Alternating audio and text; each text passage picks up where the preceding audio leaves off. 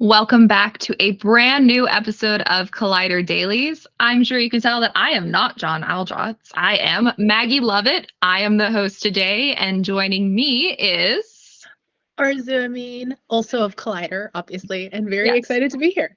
Yes, I'm so excited to have you here. This is a special sneak peek to what's happening next week at Fan Expo when you and I will be taking to the creator stage to do Collider Dailies live. How excited are you to be going to San Francisco next week? I'm still in shock. It feels like it's happening to somebody else. I was looking through my camera roll yesterday at my very first Fan Expo here in Toronto. I was 21 in my little cosplay, and I'm like, we've come so far. Oh, I love that. I was thinking about how just last year and just this year, we were, helping out on the press line at 2 Star Wars celebrations. And now you and I are doing panels for some seriously cool Star Wars talent. Do you want to talk about who you are moderating for next week?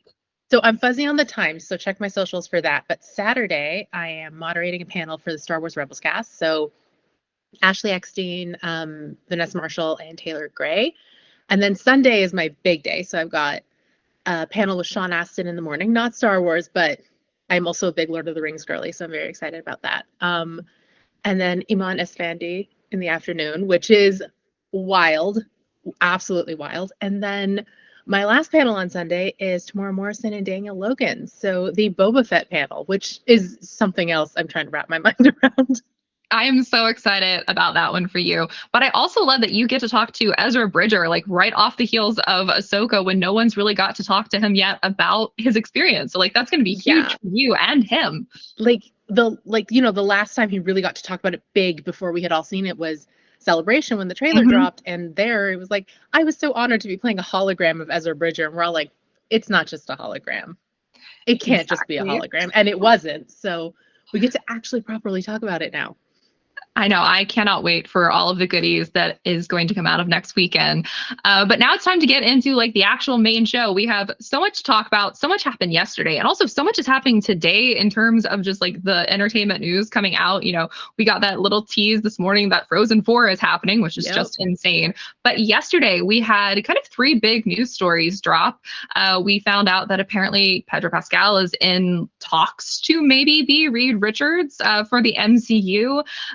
Destin Daniel Cretton is, exiting Kang Dynasty. And then we also have the Shadow and Bone cancellation. But before we get into all of that, let's jump straight into the Pedro Pascal news. There has been months of rumors about who is going to be playing Reed Richards, and honestly, all of the cast of Fantastic Four. So this seems like the first time we've got maybe some credible hints at who is going to be the Fantastic family. What are your thoughts about Pedro Pascal being clearly number 1 in terms of who might be Reed Richards? So Pedro Pascal, it seems like a lovely man. He is a lovely man. So this is not shade on Pedro, but I am extremely disappointed that it's not going to be Adam Driver. Same. I went through a full rotation of emotions yesterday because that definitely felt like some credible rumors a few months ago. Yeah, it was. I was kind of on my conspiracy board thing. I'm so he's gonna come and he's gonna be Reed Richards, and then he's gonna be back under the Disney umbrella, which means by the time they're shooting the Rey movie, he's already on the payroll. They've already got his new number. Then they could just call him and he can come back. So this was my mental process. It wasn't even really about Reed Richards, but all the same, I wish Pedro well. I'm gonna be seated. I'm gonna watch it, but I'm still grieving the no Adam Driver. Yes. Well, you never know. It's not a done deal yet. Pedro Pascal is a very busy man. There was news a few weeks ago. Well, I guess, actually a week ago. It's only been a week since the strike came to an end, but we got that news that with Gladiator 2, he is booked and busy, and that means The Last of Us Season 2 is kind of having to hold off until he's done working with Ridley Scott. I think it's interesting that he is, up for Reed Richards. I think he would really pull it off. I think that he has a lot of the charm that Reed has. But Reed is also kind of a jerk. For anyone who has read the Fantastic Four comics and seen some of the other Fantastic Four attempts in past years. So it will be interesting to see if he can pull off that kind of. I feel like Reed Richards. his interview persona, I feel like he's barely suppressing this like happy, Yeah. and I say this affectionately, like golden retriever energy. Yes. So I'm like, just I'm sure he can do it. Yes. He is a good actor. I have no doubt in that. And I think that's why I was like, oh, Adam Driver makes complete sense because he's got the charm, but you also know he can flip that switch character. Immediately. Yeah, so I'm curious to see. I really want to know who's going to be Sue Storm, since it does sound like this Fantastic Four script really focuses on her story. I'm hopeful it's a good pick. I know Vanessa Kirby is kind of up there right now as rumored, everybody's fan favorite, but I think Pedro was such a surprise because he wasn't really in the run of rumors these last few weeks that was a surprise. So I'm still processing it. But there's a lot of news yesterday for MCU. You know, with Loki season 2 just coming to an end last week. There's a lot of questions about where the Multiverse Saga is going to be going, and we got news that Destin Daniel Cretton is exiting Kang Dynasty, which was supposed to be kind of the big culmination of all of the Kang stories. I wasn't surprised by this. There's been a few rumors the last few weeks that that's all up in the air, and it sounds like maybe they're going to go in a different direction with a different villain. But what are your thoughts, Arezou, on the whole Kang situation? Do you think that they should recast Jonathan Majors and have somebody else play Kang? There's obviously a great loophole for them to do that because of the whole Kang variants thing. I mean, they've written it into the story already that they can go a different direction. Or do you think they should just pivot? They have enough space and freedom to go after a different villain and start establishing something new for the Multiverse Saga? I think a bit of both. I think you're right that they do have that leeway to sort of recast them and be like, this is a variant and this is Kang now, and we'll just roll with it. I appreciate that him stepping away, at least to me, means that maybe they're going to push that one back, take some more time, kind of rework the story rather than sort of forcing it and powering through as is. So I'm like, if they want to take their time and kind of build to like the big sort of Avengers style event again, because like, you know, the first Avengers was a massive event, like the way they really took their time to build to it. So if they want to do that again, awesome, I'm totally here for it. So I hope that's what's happening, and they're just like, well, we don't need you on this, because by the sound of the report, like he's working on other things with them, he's just not working on this. So I'm hoping that means it's going to be a little further out, because I'm not opposed to them. Actually, no, I would like them to wrap up the multiverse story as they have it set up, rather than just kind of be like, never mind, here's our new villain. So I'm okay if it takes a little longer to get there. Yeah, I think I'm in the same mindset as you. You know, I think if they are chasing after the Fantastic Four and maybe trying to pull that together sooner rather than later, that definitely gives them the freedom to pull in some other kind of big villains. I know Victor Von Doom has been suggested quite a bit here recently as a potential villain. What are your thoughts on that? Did you watch the Fantastic Four years and years ago that gave us, you know, Chris Evans as his very first superhero in the MCU? What are your thoughts on that being the new villain that we have? Obviously, Victor Von Doom, not Chris Evans as the Human Torch. I mean, if he wants to be, that would be the multiverse is a thing. That would be quite the plot twist. But so I have great affection for those movies because they were like, I really gravitated to them. I'm like, we've got like, you know, the comic relief, we have this love story, we have this villain. So I really liked those movies when they came out. So if that's the direction they want to go in right now, I am 100% here for it. Like the whole, I don't know if I'm misremembering this now, but like the whole push-pull dynamic with like Dr. Doom and with Sue and with like all of that, that was a thing in the movie, right? Yes. Yes. I think so. So that's all of that. I'm remembering it. Like, so. Was I writing fan fiction? Is that what I'm talking about? No. So like this whole like push-pull of it all was very compelling to me then, arguably more so now. So if they want to kind of go in that sort of direction, I would love that. It will be interesting to see if they go that avenue or if they explore the whole Namor Sue Storm story, because like that's definitely a big part of the comic book arc, and they've obviously set it up. I mean, he's there now. He's actually in the MCU. He's not just a comic book character. So I don't know. It'll be. I need them to do the romance element. Whoever it is. Yeah, like something. There needs to be some romance because that's part of the like Fantastic Four. romance that we make time for, not like, and they are also like, and there was also romance, like romance that we take the time to properly explore and develop. Yeah. I am wholeheartedly in agreement with that. I think the MCU could do for some more romance. Even looking back to the beginning of the MCU, we had some sweet romance with, Tony and Pepper. So why not kick things off again with some more of that? Go back to your roots, MCU. Yes, exactly. And then as we kind of wind down on the episode, and this also came at the end of the day yesterday, Netflix, of course, just canceled a whole bunch of shows. And they are claiming that it was because of the strike. But I think you and I both know that is not the case, especially for the show Shadow and Bone, which was canceled after 2 seasons, as was the planned spinoff for the Six of Crows. I was personally very offended that they are trying to blame the strike for this one, because Shadow and Bone season 2 came out on March 16th of this year, which was just quite a while ago, a few months before the strike.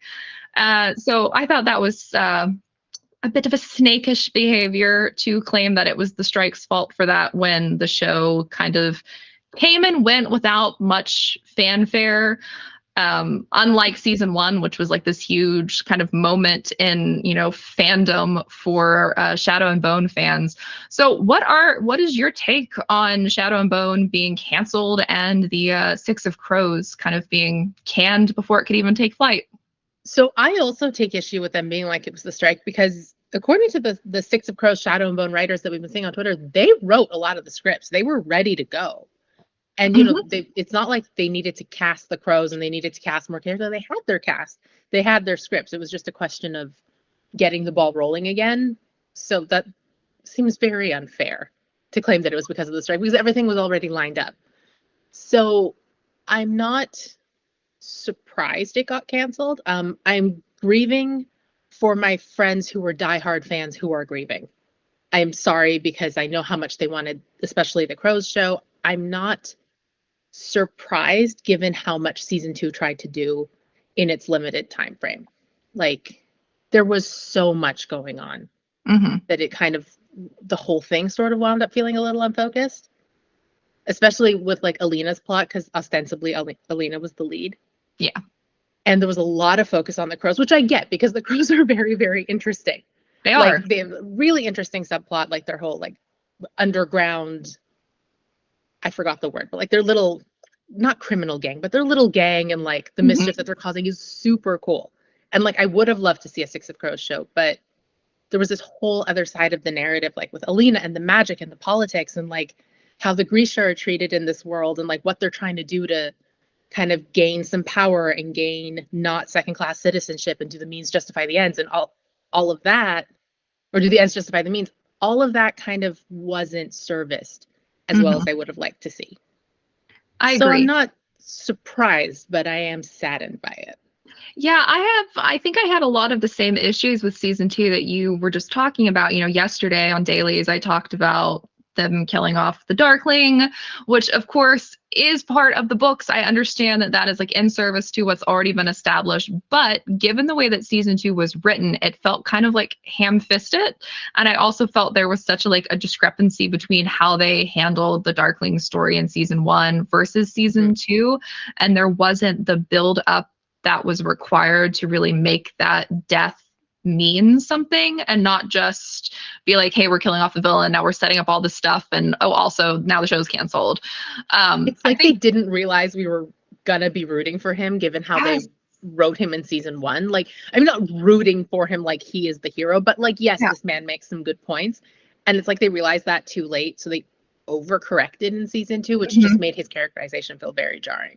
Yeah, I thought those first couple of episodes where they were really trying to hammer home, like, he's a bad guy. I'm like, yeah, this would have worked if you had not established that he actually has a tragic backstory and makes some really good points in season 1. Like, that's a real jump to kind of push your audience to kind of come to a very different conclusion than they already have. And I think that's also just really indicative of how villains, especially I don't want to call him an anti-hero, because he's not an anti-hero. He's very much the villain. But nuanced, compelling villains, I think, are often sacrificed kind of on this altar of like, you should have been rooting for them to begin with. And it's like, well, don't make them make points. I mean, also, if you want him to go so far past the point of redemption that even the people who are like, he's making some good points are like, you can do that.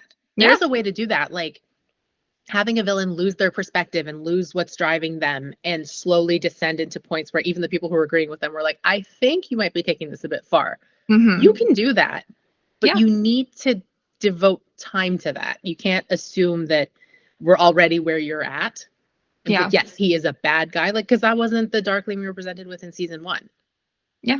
And, you know, connecting it back to some of the things we were talking about with the MCU, I mean, we've seen a lot of villains there, not to bring up Zemo, but like they're villains that make good points and establish things. And, you know, Killmonger's another one. I do think that Wakanda Forever did really well with Namor and giving him this like beautifully nuanced, rich story, and then the opportunity to be redeemed by the end of it and not be killed by Shuri on the beach. Like there's ways to handle villains and then there's ways not to. And I do unfortunately think that like Shadow and Bone kind of fell prey to this like mindset of no, villain bad. And then the rushing to try to get to the Six of Crows spinoff just really kept them back from telling a better story, because in the midst of all of like the rush and like the shortened season 2, there is a really good story there. Like there's some really good stuff that they were doing with Alina. There's some really good stuff that they were doing with the Crows, but all of it's just kind of like a mixed bag. And then now, unfortunately, we're left with cliffhangers and unfinished story arcs that we will never ever get a chance to see with this cast. And that's what's really sad, because like Jessie is incredible. They were so good as Alina, and that story really deserved to be told. I loved the suggestion at the end that like Alina was entering her villain era, because I haven't read the books because there's some things in there that make me sad, so I'm just not going to do it. But I don't know if that was in the books. I don't think it was. But the fact that, yes, this person has been given all of this awesome power and this authority, and it's like affecting her now, is such a cool narrative. It's not something we get to see that often. So I was ready for a season 3, because that was the big thing I wanted to see resolved. Now, there are some characters in the books that I'm very attached to in the show that don't make it out of the books. So the fact that I'm never going to have to watch that is a little bit of a relief. But I'm sad that I don't get to see how this version of Alina's story is going to play out. Yeah, I'm definitely glad that I don't have to see what happens to Matthias. Yeah, I wasn't ready for it. Well, I was excited to see the actors get to play with that, because that's like such a like traumatic arc for a lot of characters, and like the fallout of it and the introduction of new characters. Like there's a lot of fun stuff that those actors could have got to explore on screen, but as an audience member, I'm glad I never have to see that, because I also don't want to read the books because I know what happens. So it's like it's kind of a funny situation to be in when like you're like, I want to see this, but I also don't want to see this. I want to see it if you'll change the ending. Yeah. Which maybe defeats the purpose, but it does make me afraid, though, that this is going to be a familiar trend yet again with Netflix and some of the other streamers, that they have these shows that have been on kind of a long lead, waiting to find out if they've been canceled or renewed. And I feel like this gave them all this kind of potential to say, yeah, it was the strike that caused us to cancel this, and not the fact that the show came out 9 months ago and there's been absolutely no movement on it since then.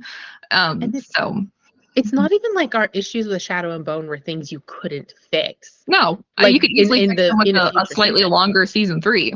Yeah, like there are, think of your favorite long running series, whatever it is. Like there are definitely seasons in there where you're like, this was not your best work. Yeah. But it picks back up because they tried something, it didn't work. So they kind of go back to what worked better. They learn their lesson, they pace it better. And then the next season comes out much stronger. So like you said, like I'm worried this is a trend that like where they equate not immediate success with nobody wants this, and there's so much space in between those two ideas. Well, what you just said, think about your favorite long running show. Like I have had a few very controversial relationship with them now, but season 2 was always kind of shaky on almost all of them. Like that tends to be like the sophomore slump, and then they come back in season 3 like hitting the ground running, and you just have like this run of fantastic episodes. And I do think also with Netflix, like they've cut seasons down from what used to be 23 episodes to then like 10 episodes to 8 episodes to 6 episodes. And that's just not long enough to tell a good story in the way that TV kind of demands it. So it's unfortunate that this has become a trend. And I was really hoping with some of the stuff with like writers' rooms and minimums and all of the things that the WGA won, that this was going to be the start of better television. But with a lot of things getting canceled, I am once again feeling kind of skeptical and kind of hopeless, which is unfortunate. And it's frustrating because this was already written. Mm-hmm. I feel so bad for them. I cannot imagine being commissioned to write an entire season of television and then just being told, hey, sorry you were on strike, but we canceled your show because you were on strike. And like on the one hand, at least they got paid, but on the other hand, they wrote an entire season of television they can never use. Yeah. So. It's a depressing reality of this industry. And, you know, I think it's something that a lot of fans also don't often get to see inside of that. I mean, I don't think a lot of people realize that sometimes a season is completely written and then you find out it's canceled, which is just unfortunate. And on that really somber and sad note, that is how we are going to wrap up today's Collider Dailies. I hope you've enjoyed some new faces today. It's quite fun to play with new dynamics on here, and I'm really excited to get to do this live next week with you. Cannot believe that we will both be flying off to San Francisco in a week. A week today. So excited about that. And I'm really excited just to see all the fun stuff that we get to experience at Fan Expo, because it's not just about our panels. There's also so many other really cool panels at the event that we will be going to and hopefully reporting some fun things from. So I hope that if you are not able to join us in San Francisco, you will be looking to our socials and looking to all of the fun news that we put up on Collider next week. Until tomorrow, I don't know who will be here. It'll either be me and John, me and Perry. Who knows? Maybe it'll be a mystery person. But we will be back tomorrow to hit on all of the high and low points of the news today. So be sure to watch this space and be back tomorrow. Until then.